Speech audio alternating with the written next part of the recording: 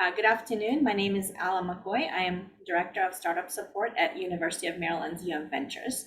I'd like to extend a warm welcome to all of you who joined us today for the next installment of the Startup Fundamentals Workshop Series. Both our live webinar audience and those watching a recorded version on our Startup UMD YouTube channel. This workshop is offered by Ventures with collaboration from Maryland Technology Enterprise Institute and Dingman Center for Entrepreneurship at the University of Maryland. Everyone in our live session, please feel free to submit questions using the Q&A function. It's usually found at the bottom of your screen.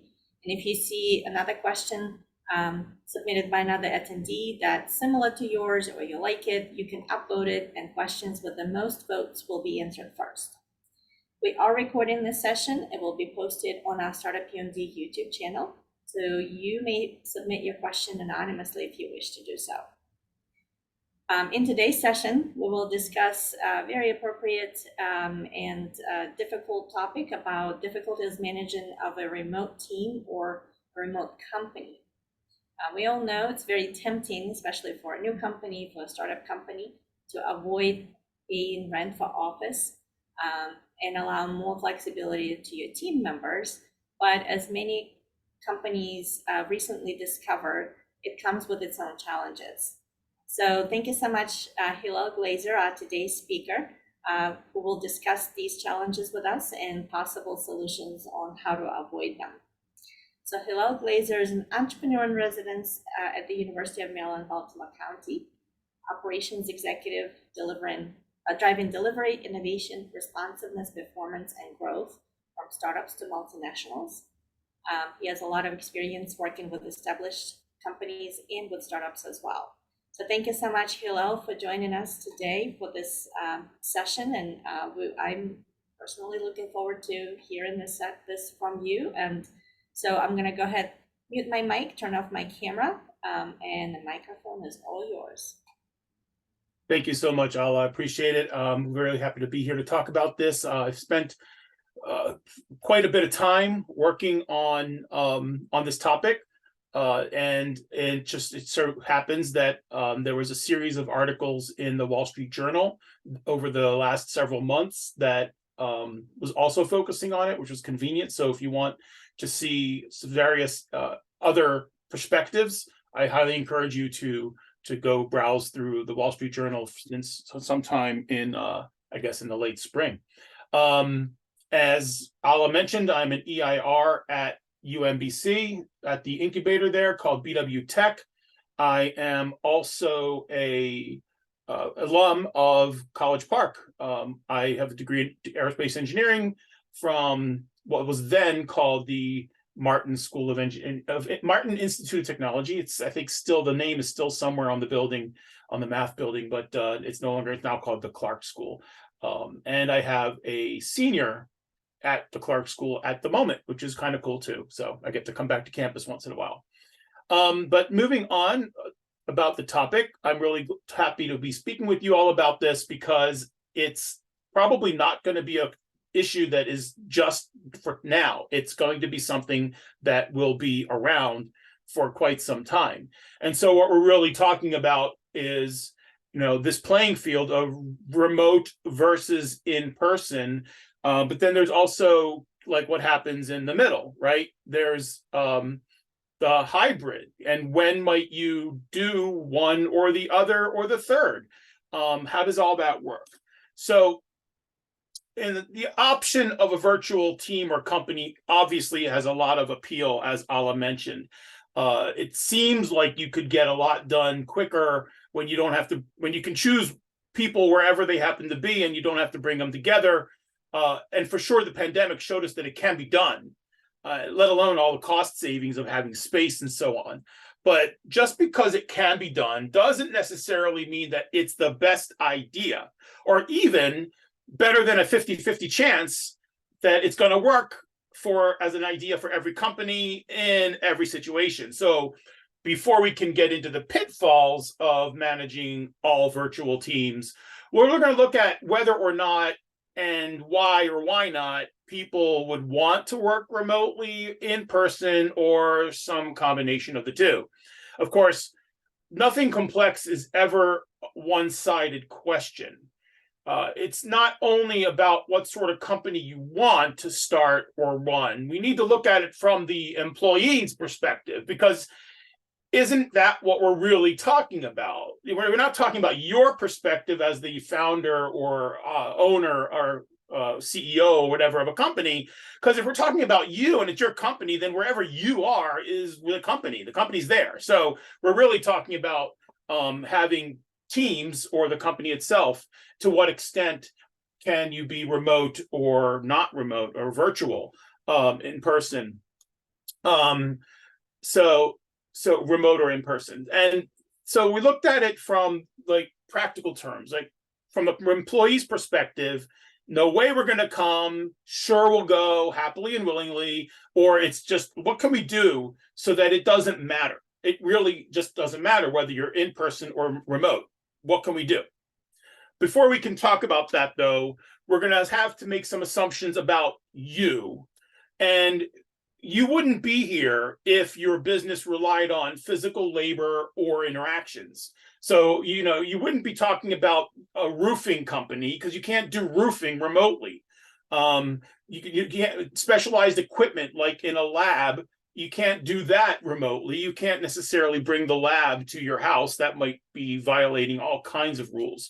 And of course, anything that doesn't practically fit on a screen, whether that's a physical object or just something far too big from a usability perspective. So we're really talking about, to be clear, we're talking about those parts of your business that are the value added parts, the part that makes your company exist as a player in the market.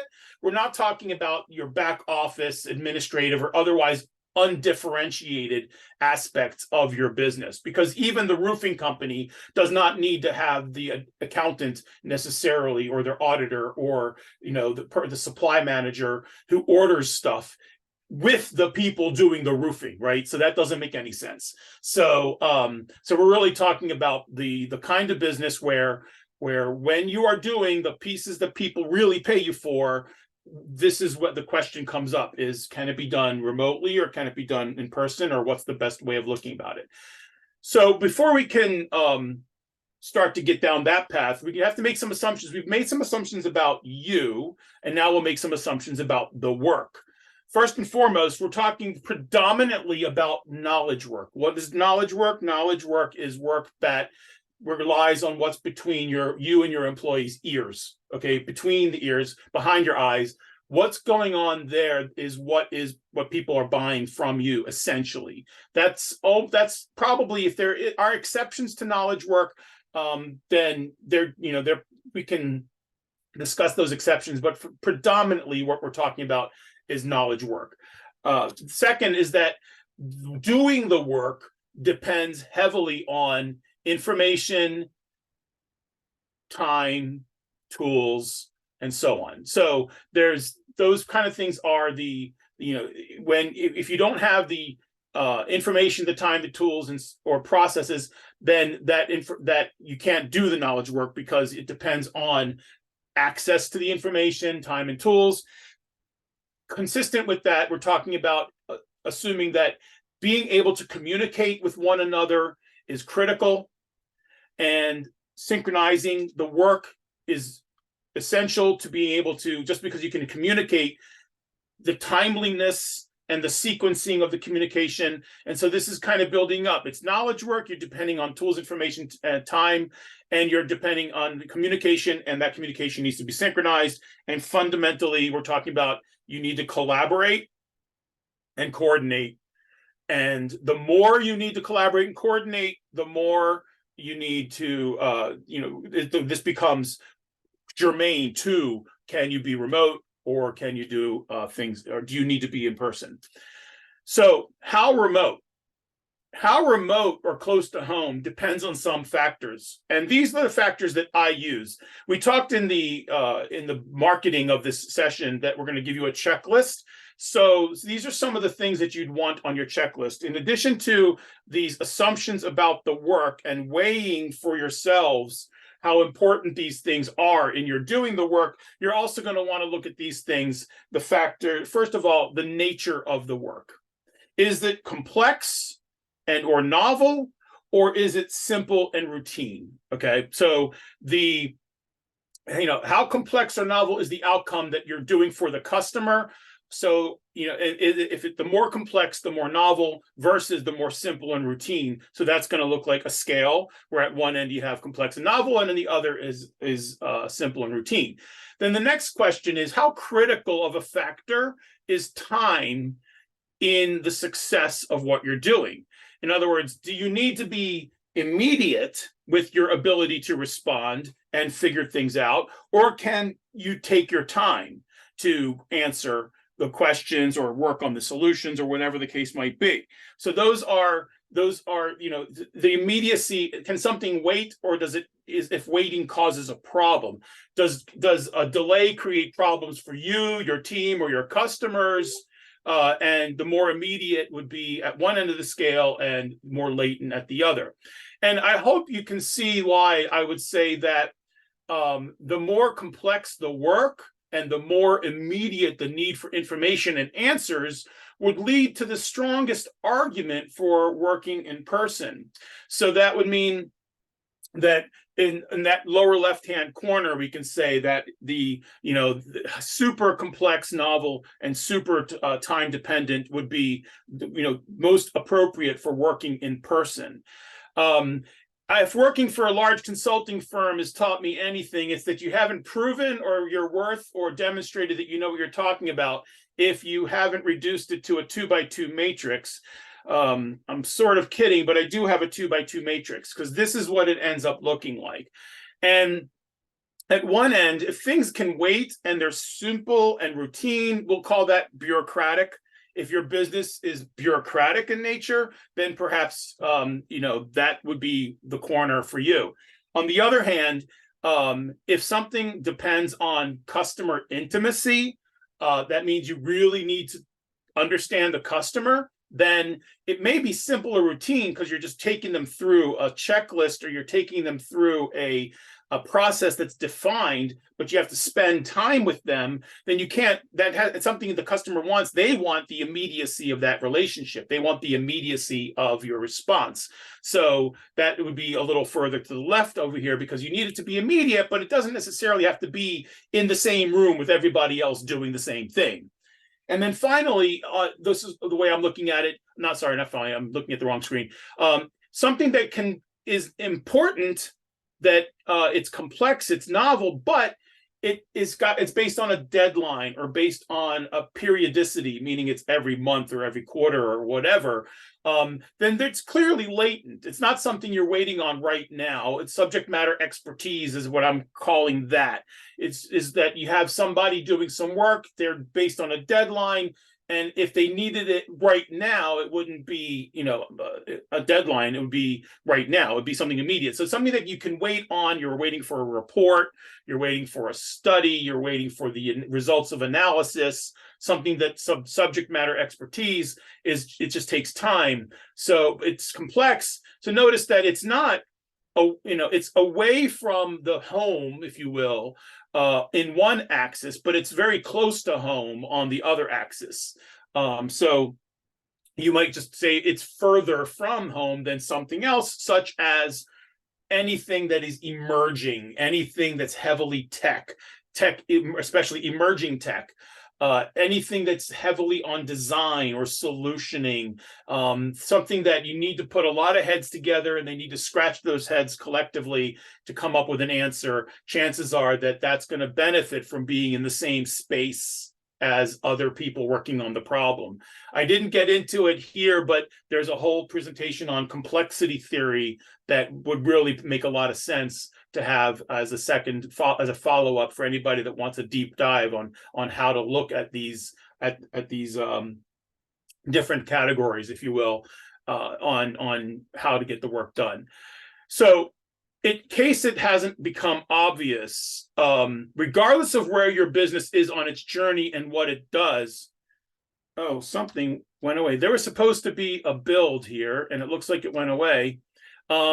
So the hybrid, basically, you'll see these three circles were supposed to appear on the previous slide, and I guess I accidentally deleted them. Sorry about that. So you can imagine that the in-person is close to the lower left-hand corner and the remote is closer to the upper right-hand corner. So put that in your heads and just kind of take those three circles, flip the order, and make them go diagonally from lower left to upper right, so that you have the in-person down in the lower left and the remote up in the upper right. But the point is that regardless of where you are in or what your company does, don't think that the entire company has to be doing the same thing. The entire company doesn't need to be in person. The entire company doesn't need to be remote, or perhaps looking at it the opposite way, perhaps it's not a good idea for the entire company to be remote, versus it's not a good idea for the entire company to be forced to be in person either all the time or at all. And you can imagine that if in person is in the lower left and remote is in the upper right, that might change as a function of what people are in the office doing. So to you, it might look like this. If this was an actual company, your accounting department might be, or people doing accounting for you would be out here. Your customer onboarding process might be down here. Your connectivity and keeping your IT things running and just communications might be there, and of course, new product development would be here. And in this build, this slide actually does the build correctly, where you can see that those are the broad brush of types of work that would make appropriate settings for whether it's remote or in person. Now, if you remember those assumptions, the assumptions earlier were about knowledge work, information resources, time and tools, communication, synchronization, and collaboration. Then you can think of it this way. The less important, you see how those are really small and probably straining to read, the less important it is for knowledge work, information resources, time and tools, communications, synchronization, collaboration, the further from home it would be. Whereas the more important that becomes, the bigger it becomes, the closer to home it should probably be. What we don't want to lose sight of is that you need to always account for factors that will influence or weigh these other considerations that we've already talked about, such as the economics or the cost of delay. There's no formula for these things that are going to make it work for every company, since the best approach is going to be unique to each company and its situation. So certain market forces might make it important for you to stick together, or it might say, look, no, our market moves really slow and it doesn't really matter. And so honestly, why do we need to be together if everything is so slow in our market? But then on the other hand, you might look at your own capabilities and say, well, we're kind of new at this and we're probably better off being together so we can bounce ideas off each other because we're all learning at the same time. And so your maturity may not be there from a process perspective, or from a having your act together. So your capabilities might drive you to say, we're never done this before. We're trying to build a software company, and we all come from a background in, stage theater. And so none of us went to learn to do software or run companies, and now we want to get a theater troupe to run a software company. And so maybe trying to do that on your first go around remotely may not be the most effective way to get your company off the ground. So, that's just your capabilities aren't there. The company isn't mature enough. And then there's discipline. Getting a room of 14-year-olds, I think middle school, is going to work very differently than getting a bunch of graduate students, to do what they need. You might need, just for the disciplinary aspect, to keep people on task. It might depend on what those tasks are. And then we're going to talk a little bit about how you hire for the right type of work that you're doing. But all these, and probably more, are things that you want to think about and consider in addition to, or to maybe weigh those different assumptions. So weigh the knowledge work against what detrimental it would be if the market forces if you couldn't respond fast enough because you were too far apart to make it work. We'll talk a little bit about some of those challenges there. If you can't read it, the caption in the is the guy herding cats, and he says, "I think I'd rather manage a large software development project than herding cats." So that's an inside joke if you're a software person. But anyhow, now let's just say that I've given you a ton of ideas or information. I'm spitting it out really fast. And you're like, this is just too hard for me to think about. I don't want to have to think about it. What do the experts think? So you don't want to necessarily pull this together in your head. You want to see what some of the others have come up with. So you want some advice. So I took these original questions that you saw earlier with the building blocks, and I asked a group of about 30 organizational consultants what they thought would show up when people are saying, okay, what's to keep them from the office? What's to attract them into the office? And what would companies have to do to make the discussion completely irrelevant so people can decide on their own whether to work remotely or in person? So they came up with a lot of ideas. These are just photographs of the sticky notes sheets that they all came up with, and it's not even all of them.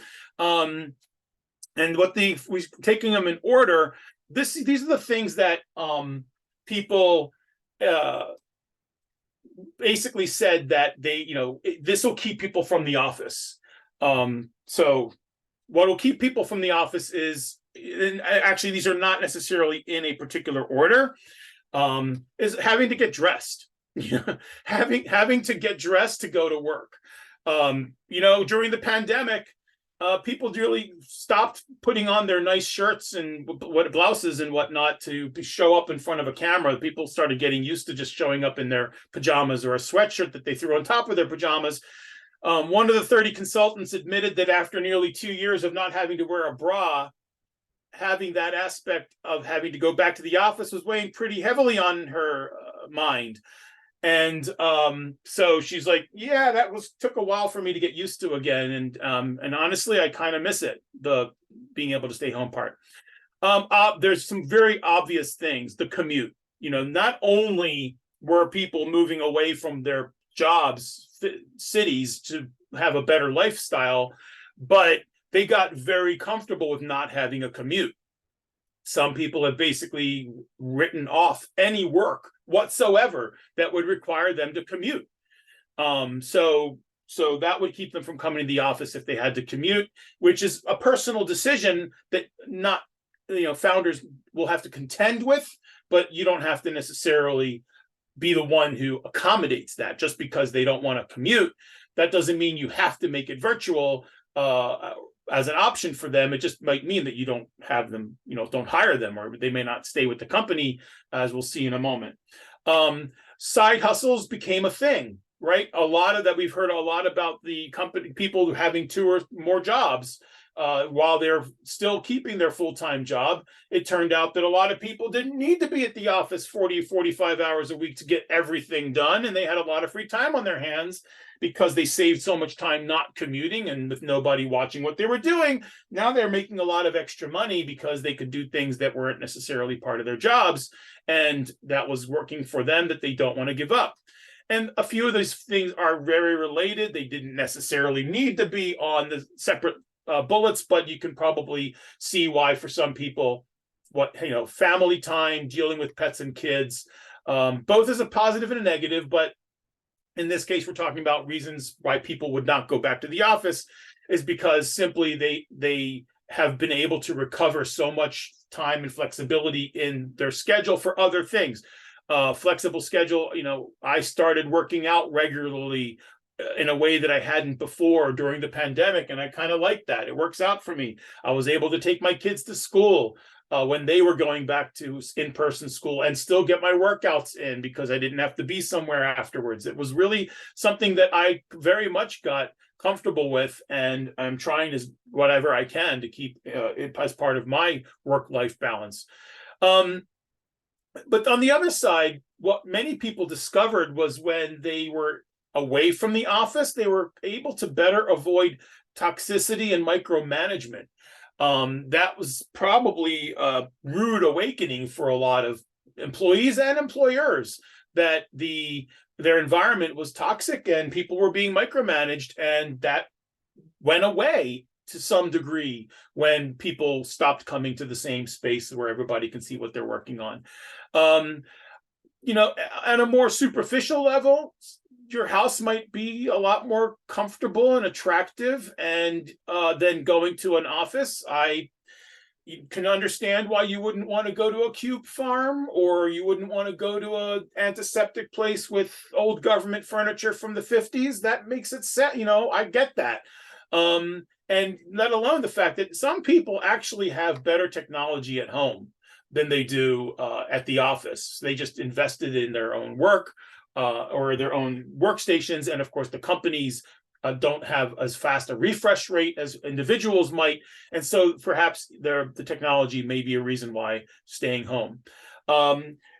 Some people are just not interested in where their jobs are, whether it's they're in a food desert, or there's nothing else to do, or they're in the middle of nowhere, or any other reason, just like in any other real estate situation, location, location, location. And then, if you tie back some of the things that people suddenly got by going remote, that they now expect. So when they went remote, they didn't lose salary. So now you're expecting them, if you want them to go back, but you're not giving them anything in return. So in some cases, pay them more. And I've seen that as an answer to some of the, now compensation, especially if you are getting, side hustle money that's going to go away. Some people have been companies resorted to just pay them more to come back to the office if coming back makes sense. That's the thing that we have to keep in mind, is that, are you asking people to come back because their job requires it, or you just want them there, which we'll get into in a few more slides. So the next question that they were answering is, okay, what is it going to take to happily and willingly return to the office? Well, for people that are solving complicated problems, they seem to get done faster and easier when you're working together, and they like that environment. Working directly and getting feedback from executives is clearly something easier to do when you're in the same space as the executive. And let's face it, when you're working with other people and you've got more than just your own ideas, you are essentially a force multiplier by being in the space with everybody else. You're not as smart as you are when you've got other people around you. Even if they are, by coincidence, overhearing your conversation, they can pipe in. It was like, hey, I just had that experience. This is what worked for me, or not. I don't know how often that happens with everybody else, but it happens to me probably on a weekly basis when I'm around people, and either they're overhearing my conversation or I'm overhearing theirs, and we're open to contributing to each other. That kind of spontaneity cannot happen unless you have everybody on an open channel all the time, which we know would be completely disruptive and impractical. Ergonomics. The company is required in many cases to make sure that you are ergonomically accommodated, which you don't have to do when you're at home, unless they define your job as being at home, in which case that we're talking about a completely different conversation. But when you go to an office, and I don't know how many of you bought new furniture, maybe bought a stand-up desk or something that is both stand-up and not stand-up at home or whatever, but at your office that has, in many cases, is required to invest in your ergonomics. So, or they're incentivized by your benefits package to make sure that you have ergonomic furniture and ergonomic workstations, which they often don't have to do if you choose to work from home, not if they make you work from home. So ergonomics is a big deal. Spontaneity I mentioned already, but one of the things that happens when you're in person is you can define teams to go tackle things on the fly. And those self-defining teams are often easier when people have a say in who they're working with and when they do that, and the spontaneity of that, as well as the flexibility of being able to coordinate with everybody when you're in person, which you don't have to wait for a Slack message or a Teams message or something. to or Discord or whatever to coordinate all that. You don't have to keep Teams, I guess now kind of swallowed up Skype. So you don't have to keep a channel open to make that happen. And here's a term that a lot of people have been using lately that I'm normally not a fan of buzzwords, but this is one of those few times where the buzzword is the right word, and it's actually critical to this conversation is engagement. The level of engagement has been shown to be positively correlated with job satisfaction and performance and overall results to a company's performance, company's bottom line performance, not just individual performance. And it's really hard to stay engaged and be engaged. And when you read through a lot of the literature, you'll see that executives who spend more energy on making sure that their people are engaged in the kind of work that they like and that have a ability to get feedback from the work that they're doing, they not only feel better about the jobs, which seems obvious, but they do their jobs better, and then the company performs better. Now, this is not a positive thing always, but in some cases, unfortunately, companies that don't have their jobs descriptions or their accountability and responsibility well defined will often find that they're not treating employees who are remote with the same deference for promotion and recognition as when they're in person, which isn't a good thing. But some people are like, hey, that's important, and I recognize that if I want to move ahead, perhaps being in front of my supervisor, manager, or leadership is going to be better for me. So some people found that was really a motivating factor, and which is obviously a compensation on the part of individual employee for perhaps some insufficient management, but that's them making that choice and recognizing that if they want to be, in that pool that gets offered opportunities, that those opportunities are going to come to the people the managers see. It's just a human nature thing. But so that's kind of they're happy to go back, but maybe not for the right reasons. But so there's a little bit of a double-edged sword here.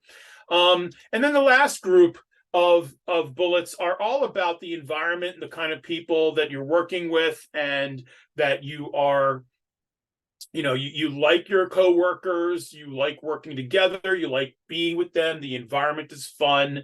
Whether I'm not talking necessarily foosball tables, but mostly of a personal nature. And your social friends with the people you work with, you like them, and while you maintain work-life balance, yourself, you actually don't feel that when you're working, the people that you're working with, you can't be fun or enjoy their company. And so when you work or go out, you're going often, your work colleagues become your friends. And that's not uncommon in a lot of great organizations. So people missed that when they were at home for the 2 or so years during the pandemic. So the last three questions that the consultants addressed was, how can you make the choice irrelevant? Okay, this is a lot longer list, a lot more densely packed with text. I'm not going to spend as much time on it because we really need to move on, but I'll read them quickly to you so that you have a sense of what would it take to make the choice really irrelevant to the leadership and to the employees. First, start off with some required intensive face-to-face time and meet regularly at regular intervals, socially and for team building purposes.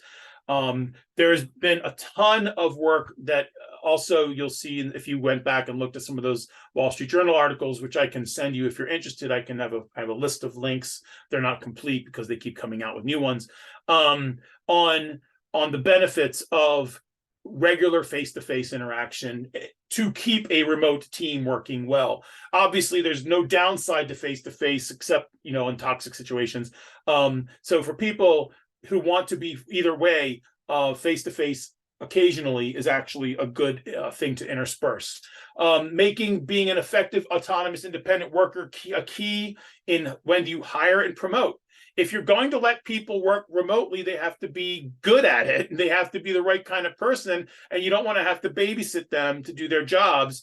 And that might be the wrong person. Now, if you're going to babysit them regardless, maybe that's you. We'll talk about that in a second. But when you're going to create a company that you want to work remotely, or make the choice up to them, you're going to want to be hiring people that have the maturity and the discipline to make that choice correctly. Which may also require that you thoroughly define accountability, work, roles, management, and chunk it down so that these are not just broad statements, but very individualized, person-sized independent units, so that people can work when they know that they need to work independently, when they know they need to work together. It becomes very clear. And it's not like you're following a procedure or something like that. It's just understood that you need these inputs from these others. And in order to get them, you either need to seek them out or arrange for yourselves to get together and work things through. And then, of course, that's consistent with having clear, motivated, shared vision that serves to align people's efforts. These last two, this one and the one before it, have asterisks, because I'm sure many of you looked at that and said, well, that's just good no matter what. Oh, yes, they're good no matter what. We're talking about making the choice irrelevant, right? So these have to be good no matter what. But especially if you want people to have the option of working remotely versus in person.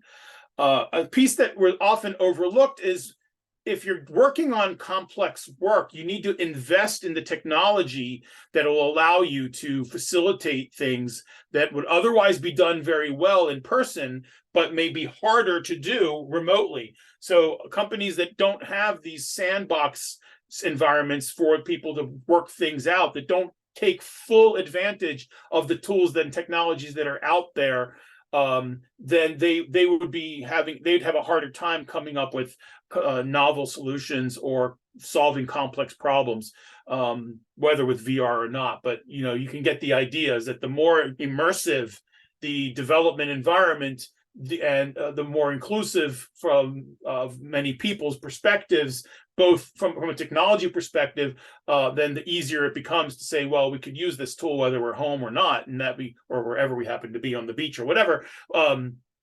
But clearly, you have to make the choice irrelevant. You have to have that investment, so that people aren't giving something up to do one or the other, remote or in person. And last two is that the technology needs to somehow be on a same level playing field. So if you want to make the choice irrelevant, you can't have the technology better in one place or the other. Some companies have solved that simply by giving the employees a powerful enough laptop that they can take with them wherever they go. So that way the machine is wherever they are, then they can go to the office, or they can go someplace else, as long as they've got their machine. My wife, for example, just had to spend an unexpected 2 weeks away because of taking care of a family member, but she had pretty much her entire work environment where she was. She just, she took her laptop and was able to get a lot of work done remotely without having to suffer from a productive, well, at least not in terms of technology wise. And here's a really interesting one. This is what you get when you get 30-something consultants in a room together, and they're like, well, you can make it irrelevant if you move your knowledge workers in with your clients. They're not home, they're not remote, they're with the client. And so that may be that was a new one. I was like, oh, that is really not something everybody would have thought of off the top of their heads, which is why when you get a group of people together, sometimes you come up with better ideas. So what bears pointing out is that if you walk through those making the choice irrelevant, it seems like a lot of work. So what the group of consultants and I concluded was that probably a lot of companies are not putting that work in. So they end up choosing remote or virtual because they didn't bother to put the work in to make the choice irrelevant. And however much they invested in answering this list of questions, then or comments, then that choice is being made for them because they haven't put the time in. In addition to the two asterisk items on this previous slide, These were a list of things that were true, whether in person or remote. So in many of you will recognize some of these terms, like the first three words, autonomy, mastery, and purpose, come from Daniel Pink's book Drive and TED Talk. That is very, that matters. It matters to any kind of company. And if you're not putting that in, then you're sort of answering the remote or in-person question a little prematurely, because you're not giving people some of the fundamentals that they really should have to be effective at their jobs and effective for your company. Fostering creativity and play is a piece that helps companies, especially technology companies, to succeed and for innovation to happen. You saw, I already mentioned team building and social activities. That should be true no matter what. You really want to have those activities embedded in how you conduct business, as well as how you get your employees to interact and socialize. Some of the most dysfunctional situations I've experienced in my work life were often exacerbated by the fact that some of the people we were working with were both hard to work with and not in the same room where we could at least sit down as a group and work things through. It was too easy for them to just disconnect and walk away and just say, I'm going to do what I'm going to do. And you really had very little ability to go back and try to bring them back in. And so if they were always in the same space, that would be, or at least encouraged to work together through engagement, that would be, and people would understand them often. I was recently in a separate conversation where somebody was saying something, two employees were talking to each other, and one employee didn't know the second employee very well. They actually didn't know each other very well at all. I happen to know one of the two, and the question that they were asking of the other employee was what could have been come across as extremely rude, but because the employee that was being asked the question didn't have the context of the employee asking the question. And once I explained that context, because I knew that person better through social interaction and other work, suddenly things may become a lot more clear. So simply having that ability to be in the same space is important. Mentoring or a buddy system, access to leaders, and just good places, good spaces. Just, having something, it doesn't matter whether you're there all the time or just once in a while. If the space is inviting, it makes a difference. People don't want to feel kind of, put off by the place that they're walking into. And whether it's from a technology perspective or a furnishings or location or noise or whatever, but the space needs to be properly suited for the people doing the work, and that's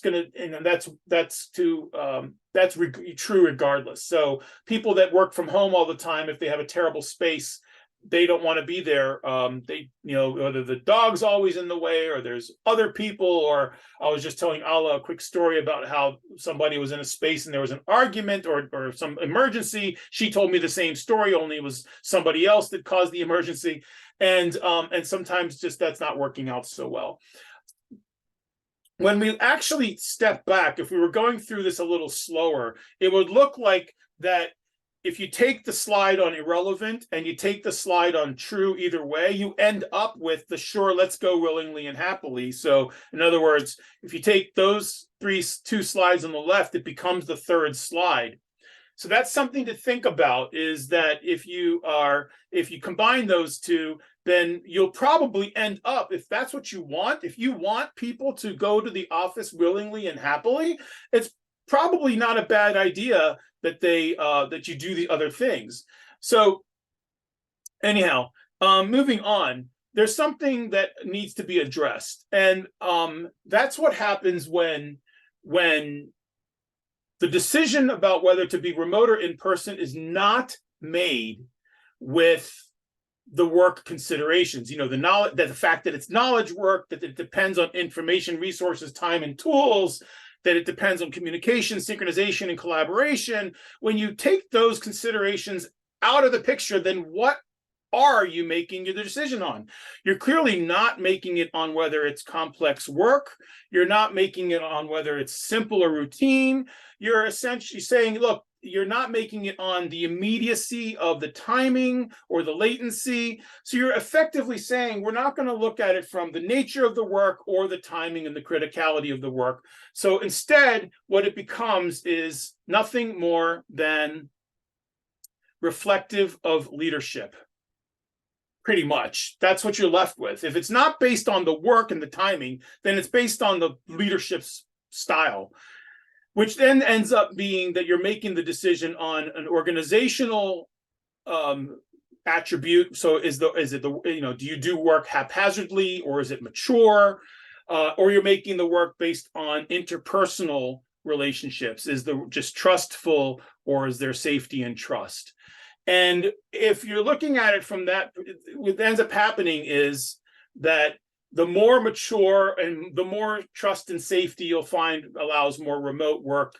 Then there's, the hybrid, and then there's the in-person. So essentially what you're saying is that when you are in a haphazard or distrustful situation, you're going to probably find yourself in person, versus you're probably going to find yourself remote if there's a lot of trust and safety or you're very mature.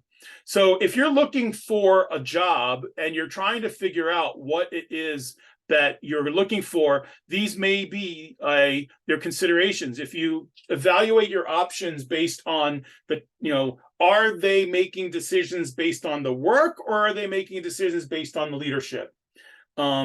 And you can use this for yourself if you're trying to create a company. You're making the decisions based on these things. Are you on which end of the scale are you? So you can evaluate those options from your perspective or from your employee's perspective. Thought I'd throw a real life example of a company that I saw works incredibly well, both remotely and in person. And this real life example, the company has decided that employees who want to work remotely have to work 45 hours. Their work week is a 45-hour work week, Monday through Friday. That's their work week. But if they come to the office, they only have to work 36 hours, 4 days a week. Now, they're told they have distributed, certain people get Mondays off, certain people get Fridays off, but they get a day off.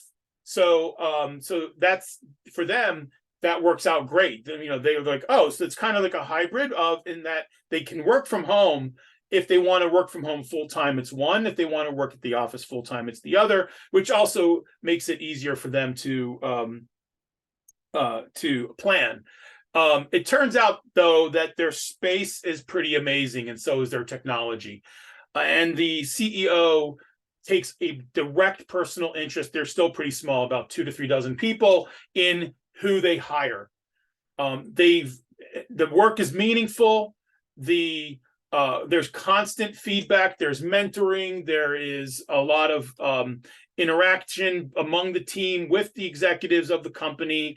And I asked about, what about the people that have more back office functions? He goes, for the most part, if it's droll, we've automated it, because we're not doing that as a company, or they've outsourced it. So it's either outsourced or automated the boring stuff. There's incredible engagement and candor in the organization. They support and motivate each other.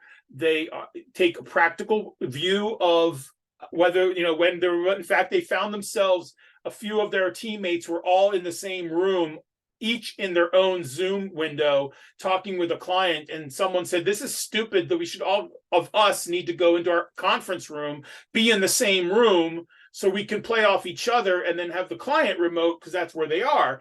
And so they actually are converting another office into a conference room so they can have another team room when they found themselves in the office and still on Teams or in Zoom, which made no sense. So they really took a practical perspective. As you might guess, there's a lot of fun and play going on, and the team loves to socialize outside of work.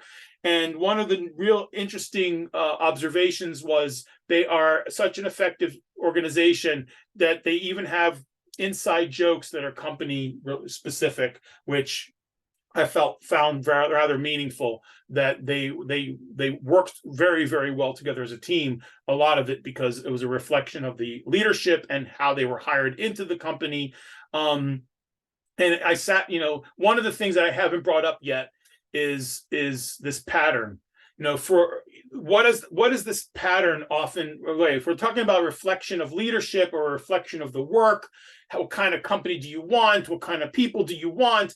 Are we really, aren't we talking about culture? Right? It's often overused, and it's often incorrectly used.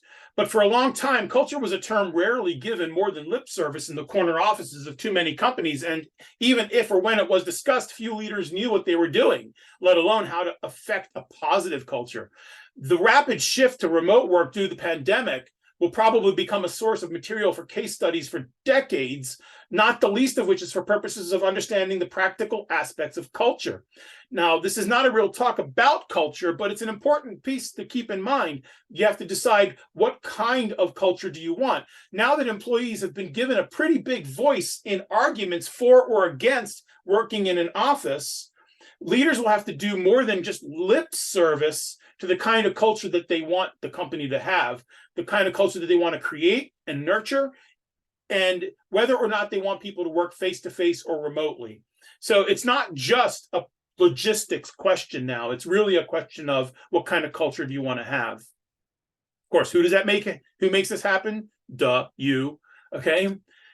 So what are the pitfalls? We got to land this plane at some point. So what are the pitfalls? The pitfalls here are, if you do decide to go remotely, expect the ability to make progress slower. Okay, not completely stopped, but slower. Can there be engagement? Yes, but it is more critical and it is more challenging. You will need more process. You will need to expect the teams to not act as much like a team. They will probably be a little more individualistic. You might not have as strong a culture if you are completely remote. There's no way of getting around that. Face to face, we are humans who interact socially. All of our constructs are social, even for the introverts. And so understanding body language, understanding what is needed to get done, and simply understanding attitudes are, someone is being given a task they really don't want to do. Someone else might pick up on that before they say yes or no.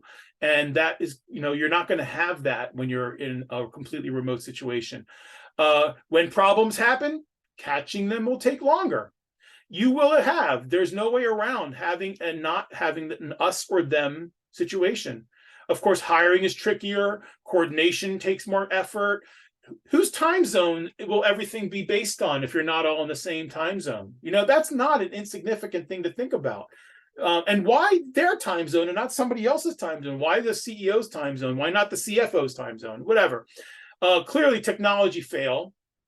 Now that's going to be a much bigger issue because now you're dealing with everyone's individual technologies and not just one office's technology. I mentioned body language already. I mentioned having difficult conversations, but having the difficult conversations are going to be more difficult. And is it truly fair to everyone if everybody is remote or not remote? The pitfalls of remote is that it's probably not fair to everyone, that certain people get to be remote or maybe not. Or certain people have to be remote, and that's just not the best for them. And then one that is actually overlooked is that for some people, when they're not at the office, it is really difficult for them to separate work from life. It'll bleed. People will expect, well, they're home. Why not? I mean, they're always home. Let's call them or whatever, text them even. So let's get into some of your takeaways. First, if you want to make a checklist, this should be on your checklist. Look at, the factors that I mentioned before, the communication and so on. What influence do these have on your operation? The bigger the influence, the more you should probably think about at least starting at home, or at the in-person versus remote. So that's part of your checklist. If I were starting my own tech company today and I was keen to move towards remote as much as practical, what I would do is I would say, when we need a solution, we need to be together. When we have big problems or big challenges, the people working on those problems and challenges should endeavor to be together. I would meet regularly with everybody, not just the people that are working on problems and solutions. I would not move work remote until that work was routine. Once it's in a routine, it can be considered to be something that can be done remotely. But until it's a routine, dealing with it remotely is just a headache I don't want. I would certainly make the office a place I want people to be. And I would definitely worry a lot about making sure that I've taken care of all that other stuff that makes working for my company great. I would try to work as hard as I can to make it inviting, to make engagement, to get feedback, to make autonomy, mastery, and purpose. And I would work very hard at building that. And I wouldn't go remote until I knew that was in place. We've got a couple of minutes left. We can shoot texts and questions into the chat.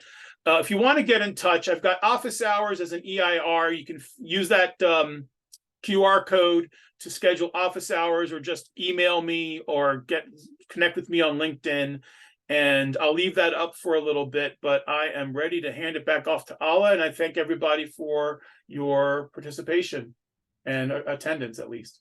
Yeah, thank you so much, Hillel. Definitely lots to think about. I think we all deal with this every day, on managing virtual teams, whether or not you're an entrepreneur in the office as well. That's a question. But does anybody have any questions? You can either submit them via Q&A, or you can raise your virtual hand and I can unmute your mic if you would like to do it that way.